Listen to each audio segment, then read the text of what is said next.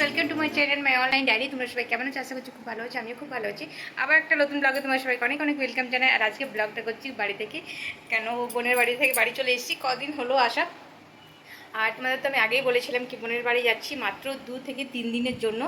তো ওইখান থেকে বাবাধামও যাওয়া হলো আর ঘোরা হলো, বোনের বাড়িও ঘোরা হলো। পুচুমাকে অনেক দিন থেকে দেখিয়েছিলাম না, তো দেখি তোমরা তোমরা তো দেখতেই পেলে পুচুমা টুক টুক টুক টুক কী সুন্দর কথা বলছে। নিয়ে যাই হোক, ওর বাবুর স্কুল তো বললাম না শেষের দিকে, মানে ছুটির শেষের দিকে গেছিলাম ওদের বাড়ি। তো তার জন্য 2-3 দিনের জন্য যাওয়া। আর বাবুর স্কুল খুলে গেছি, চলে এসেছি। তো কিছুদিন হয়েছে আসা, তো আজ থেকে ব্লগটা করছি। মানে কিছুদিন থেকে করাই হচ্ছিলো না ব্লগিং। তো যাই হোক, আজকে তোমাদের মৌসুমের আপডেট দিই। আজকে মেঘলা মেঘলা করে রেখেছে, আজকে নেই, কিছুদিন থেকে দেখছি 2-3 দিন ধরে মেঘলা মেঘলা করে রেখেছে। আর আমরা বাবাধাম গেছিলাম অম্বুবাবতীর দিনে, সেদিন কি বৃষ্টি বাবাধামে, তোমরা তো দেখলে, মানে কিছুটা দেখাতে পেরেছি। তো ওখানে খুব বৃষ্টি হচ্ছে, এদিকে তো বলে খুব একটা বৃষ্টি হয়নি, একটু হয়েছিল অম্বুবাবতী যেহেতু। আর 2-3 দিন ধরে মেঘটা ঘুরছে কিন্তু বৃষ্টি আর হয়নি। তো একটা উমাস টাইপের রেখেছে, গরম গরম। আর যখনই একটু হাওয়া চলছে ঠিক হয়ে যাচ্ছে, তখন বৃষ্টি হয়নি। আর আমাদের গাছে কত জাম পাকা হয়েছে দেখায়। দেখো অপরাজিতা গাছটা কত বড় হয়ে গেছে, কিন্তু এখনো ফুল আসেনি, পোকা ধরে গেছে অপরাজিতা গাছে। এই সাদা সাদা ফাঙ্গাস লেগে গেছে। আর এই গাছটা দেখো কি সুন্দর ফুল এসছে, দেখ কত বড় হয়ে গেছে। মানে আম গাছে জাম ধরেছে কিন্তু পাড়া হয়নি, এত বড় গাছ কে চাপতে, এত বড় গাছে, কিন্তু আজকে বাবুরা চেপেছে। দেখো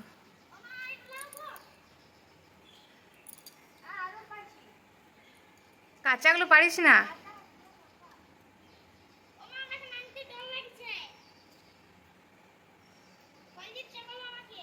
নামতে ডর লাগছে, চাপতে ডর লাগিয়েছিল না একজনে বলছে। প্লাস্টিকটা ফেটে গেল, আচ্ছা আলাদা প্লাস্টিক দিচ্ছি। কত বড় গাছটা দেখো। আর এই আজকে পারছে বাবু জাম। হ্যাঁ আসছি। আর দেখো তোমাদের বললাম না কি মেঘ ঘুরছে বৃষ্টি হচ্ছে না, মেঘ বলছে আমি দোষ কেন লি, তার জন্য 1-2 ফোঁটা বৃষ্টি হচ্ছে।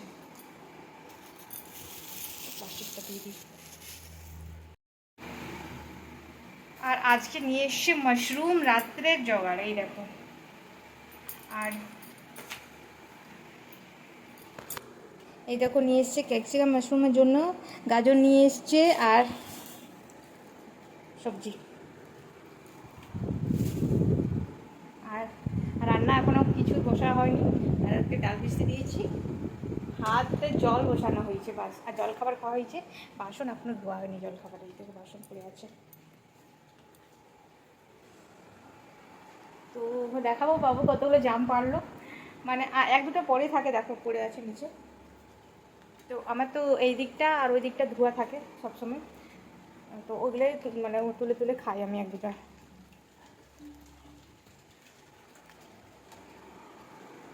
আর এই গাছটা লাগিয়েছিলাম, এই গাছটা ছোট জায়গা হয়ে গিয়েছিলো লাগানোটা। তো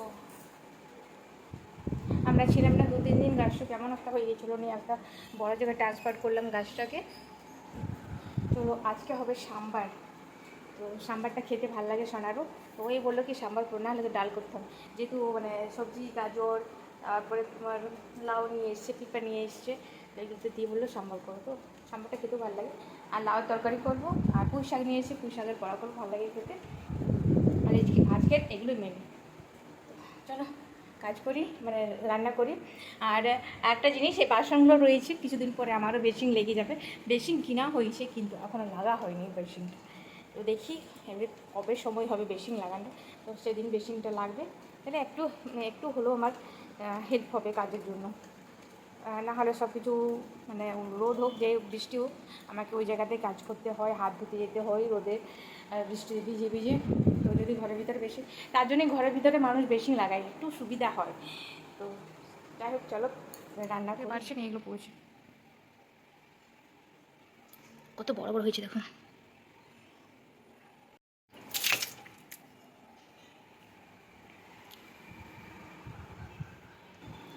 এবারে খুব ভালো একটা বৃষ্টি হয়নি, তো তো জামগুলো ভালো হয়েছিল না, মানে প্রথম দিকে জামগুলো মুড়মুড় করে গাছে মরে যাচ্ছিলো, ঝাপ ঝাপ পড়ে যাচ্ছিলো,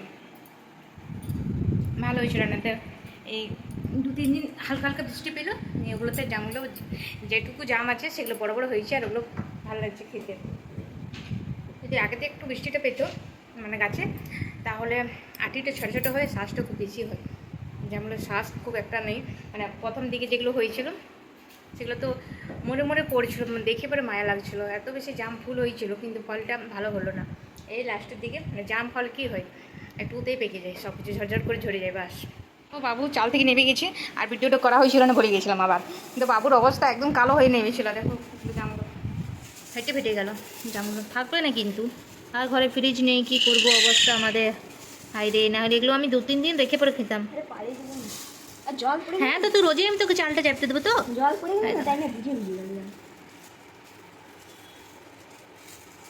একদম পুরো পেকে গেছে একদম। কি মিষ্টি খেতে এগুলো, দেখে পরে আমার পিয়ার মনে পড়ছে। কেউ যাবে না, না হলে ওকে দিয়ে পাঠাতাম। খারাপ লাগে ও খেতে খুব ভালোবাসে এগুলো, আমার বোন।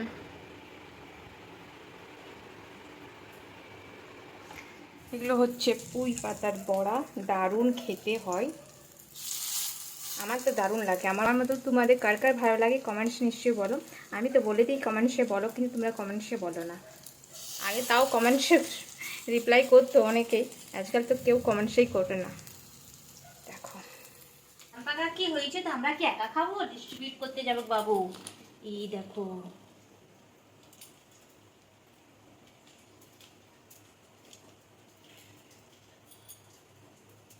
এগুলো দিয়ে আসবে, আর এগুলো অন্য কাউকে দিবে। এই গুচ্ছিটা দেখো, এগুলো আমি ধুয়ে রাখলাম, এগুলো আমি খাবো। বিট লবণ মিশিয়ে পড়ে, শুধুমাত্র বিট লবণ, আর কিছু না।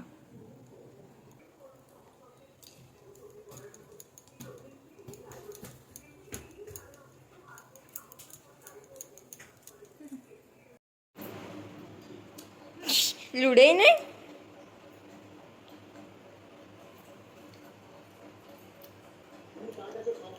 তো ফ্রেন্ড, ঘরের দিকে কাজ কমপ্লিট করে পরে আমি এখানে ডাল নিয়ে বসেছি। এটা মুসুরির ডাল, আর এটা হলো চাষের ডাল। কিন্তু আমাদের, তোমরা ভাবছো আমাদের চাষের ডাল না, এটা হচ্ছে আমাদের চাষের ডাল নয়, এটা সোনা নিয়ে এসছে, আর আমি পাশ ফেরাতে পারি না, তাও চেষ্টা করছি। দেখতে দেখতে বিকাল হয়ে গেল, আর চা খাওয়া হয়ে গেছে। আর সোনা দুপুরে বলেছিল সাম্বার করতে, আর যে সাম্বার করতে বলেছিল সেই খেলো না, তো দুপুরে ভাত খেতে আসতে পারেনি। তো তার জন্য 4:30টার সময় এলো, তো বললো চা করে দাও। তো ও স্নান টান করে চা খেলো, তো না আমারও খাওয়া হয়ে গেছে, বাসন ধোয়া হলো, বিকালে কাজ হলো। আর এবারে রাত্রের দিকে যাই। আর বাবাধাম থেকে এসেছিলাম, তারপরে তোমাদের সঙ্গে কথা বলা হয়নি, মানে বাবাধামের নিয়ে আমার কিছু বলার ছিল, দেওঘরে গেছিলাম সেটা। সবার প্রথম তো বলি, অনেক কষ্ট করে যাই। বাবুর বেলায় গিয়েছিলাম, বাবুর পয়তা তো দেওঘরে দিয়েছিলাম, তো বাবুর বেলায় গিয়েছিলাম, সেই সময় অনেক কষ্ট করে গেছি। আর প্রচুর মা ওদের মুন্ডান ছিল, তো ওদের সঙ্গে গেলাম। তো এবারও অনেক কষ্টতে গিয়েছি। গাড়িতে গেলে আমার এত বেশি কষ্ট হয়, মানে 4 হুইলারে গেলে। আর যদি আমাকে বাইকে করে নিয়ে যাও কোথাও, তাহলে তো বিন্দাস যাবো বাবারি, আমি তো কি মনের খুশিতে যাব। কিন্তু যদি আমাকে 4 হুইলারে কোথাও যেতে বলে, তাহলে তো ভিতরটা আমার আনচান আনচান করে, কি কতক্ষণে যেই করে পৌঁছি। আর এদিকেও যদি বেশি দূরের কোথাও যাবার থাকে, মানে যদি আমি দূরের কোথাও বরযাত্রী আর যাই, মানে এমনিতে রিলেটিভ যেগুলো রিলেটিভ আছে সেগুলো খুব একটা দূরে দূরে নেই, সব কাছাকাছি আছে, তো সেদিকে যেতে পারি। আর প্রথমে শ্বশুরবাড়ি যেতাম, গ্রামের বাড়ি, তো সেই জায়গায় যেতে যেতে অনেক বমি করতাম। তো এখন রাস্তা পরিষ্কার হয়ে গেছে, তো এখন কোনো অসুবিধা হয়নি। আর যদি বরযাত্রীও যায়, কোথাও দূরে কোথাও যায়, তাহলে সেই অবস্থা হয়। তো দূরে কোথাও গেলে আমার খুবই অসুবিধা হয়। আর একটা খুশি তো লাগছিলো কি চলো দেওঘর যাব। তো অনেক কষ্ট করে জল মানে চাপালাম, লাইন লেগেছিলাম কটায় বলি। আমরা স্নান টান করে পান্ডা বাবার ঘর থেকে মন্দিরে গেছি 9টা বাজে, যখন মন্দিরে যাই। তারপরে মন্দিরে প্রথমে তো পান্ডা বাবা মাকে হাত ধরে পরে নিয়ে চলে গিয়েছি, আমরা তো বুঝতেই পারিনি, মানে মায়ের মানে জল চাপানো কোনো ইয়েই ছিল না কি, আমরা বুঝতেই পারিনি কি মা জল চাপাতে পারবে বাবার মাথায়। তো যাই হোক, মায়ের ভাগ্যতে ছিল, তো বাবা ভোলাকে জল ঢালতে পেরেছি পান্ডা বাবার জন্য। পান্ডা বাবা মাকে হাত ধরে নিয়ে চলে গেছে, আমরা বুঝতে পারিনি কি মা কোথায় গেল। তারপর দেখছি পান্ডা বাবা নিয়ে গেছে। তো মা প্রথমে জল বাবা বলে মাথায় জল ঢেলেছে। তারপরে আমরা তো লাইনে লেগেছিলাম, মনে হয় হ্যাঁ 9:30 বাজবে, মন্দিরে গেছিলাম সে সময় 9টা। আর 3টার সময় জল মানে ঢেলে পরে বার হয়েছি মন্দির থেকে। অবস্থা জানো কি হয়েছিল, একদম খারাপ অবস্থা হয়ে গেছিল। লাইনে ছিলাম সেই সময়, মানে ধৈর্য হারা হয়ে গেছিলাম। আমি আর বোন শুধু জল খেয়েছিল না, বাকি দেখছি লাইনে যত লোক আছে সবাই জল খাচ্ছে, মানে অস্থির হয়ে গেছিলো। এক তো গরমের দিন, তার মধ্যে এত চিপা ঠেলা, মানে ভিড় ছিল সেদিন। অম্বুবাচী ছিল আর পূর্ণিমা ছিল, শনিবার দিনটা ছিল, এত বেশি ভিড়। আগে যখন আমি ছোটোবেলার সময় যেতাম সে সময় খুব একটা ভিড় হতো না, হতো ভিড়, কিন্তু এখনকার পরিমাণের মতন না। এখনকার পরিমাণে খুব বেশি ভিড়, বাপরে বাপ। মানে মনে হচ্ছিলো কি লাইন ছেড়ে পড়েও পার হয়ে যায়। তো মানে এমন ব্যবস্থা যে লাইন ছেড়েও বার হতে পারবো না, পেছনে মানে যদি বাইরে বার হতে যায় সেটাও ঠেলে ঠেলে ঠেলে ঠেলে ঠেলে যেতে হবে।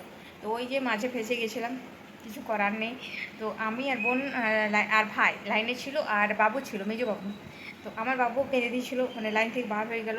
আর পুচু মা ছিল যেহেতু বোনের বরের কাছে, তো ও লাইন থেকে মাঝে মানে উঠে গেল, বসে গেলো, রেস্ট করার ও আছে, তো সে জায়গাগুলো বসে গেল। তো এত অবস্থা খারাপ হয়ে গেছিলো আমাদের। তাও মানে মনে জানি না কোথা থেকে এত জোর এসেছিলো কি না জলও খাবো না আর জলও ঢালবো বাবার মাথায়। তো আর মন্দিরে যে সময় ঢুকি, তো আমার কি হয় আমি জানি না, আমি লোকজন কিছুই দেখতে পাইনি। মানে আমি যখন মন্দিরে ঢুকি, যখন ভোলে বাবার মাথায় জল ঢালি, আমি প্রণাম করি মাথা নিচু করে, তো আমার মনে হচ্ছিলো কি আমি একা, না আমি একাই পুজো করছি আর কেউ নেই। আর তারপরে আমার বাবু আমাকে, মানে আমি বুঝতে পারলাম কি আমার মাথায় সবাই জল দুধ মানে যাবতীয় সবাই আমার ফুল বেলপাতা সব আমার মাথায় ঢালছে। তো তারপরে বাবুকে বলা ছিল বাবু জল ঢেলে বার হয়ে যাবি, মানে অনেক চিপা থাকে তো, মানে ভিড়। তো বললাম ছোটো বাচ্চা কোথাও লেগে যাবে, চিপে যাবে, তো বাবুকে বলা ছিল। তো বাবু জল ঢেলে বার হয়ে গেছিলো। বাবু আমাকে বলছে মা তোমার মাথায় সব কিছু পড়ছিল। আর হ্যাঁ, আমি যখন জল ঢেলে পরে উঠি, মানে জল ঢালছিলাম, মাথা নিচু করে প্রণাম করছিলাম, আর যখন উঠি তারপরে যা হলো, আমি আর উঠতে পারছি না। মানে উঠেছি, একটা মানে সনাতন মতন একটা অভদ্র মানুষ বলবো, ভালো মানুষ বলবো না, সে আমার শাড়ির উপরে, মানে শাড়ির কুচিটা যেটা থাকে সেই কুচির উপরে বসে দিয়েছে, আর হাঁটু পাতা দিয়ে যে বসেছে, আর ওকে হিলাতে পারছি না। বলছি আমার শাড়ি ছাড়ো, আমার শাড়ি ছাড়ো। আমাকে তো সবাই ঠেলে এদিকে ওদিকে করে দিচ্ছি, কিন্তু ঠেললে যাবো কোথায়, আমার শাড়ি তো ওর কাছে, মানে ও বসে দিয়েছে শাড়ির উপরে। তো যাই হোক কোনোরকম করে বার হয়েছি। তারপরে মন্দির থেকে, অভদ্রই লোক বলবো, ভালো লোক বলবো না, যেন দেখতে পাচ্ছে কি মানে এমন মানে অবস্থা হয়ে গেছে আমার, কি না আমি বার হতে পারছি না, শাড়ি ছাড়াতে পারছি, কিছুই না। তো তারপরে বার হলাম, বাবারে যখন বার হয়েছি তখন ভিজে, মানে মাথা থেকে জল পুরো ভিজে গেছি। আর ভিড়টা একটু কম হয়েছিল যেহেতু বৃষ্টি হচ্ছিলো, না হলে মন্দিরে মানে জায়গাটা এত ভর্তি ভিড় ছিল। যে সময় মুন্ডন করাতে গেছিলাম সে সময় তো তোমরা দেখলে কি কত বেশি ভিড় ছিল। তো বৃষ্টি হওয়ার জন্য ভিড়টা এদিকে ওদিকে হয়ে গেছিলো, তো একটু খালি ছিল মন্দির বাইরটা।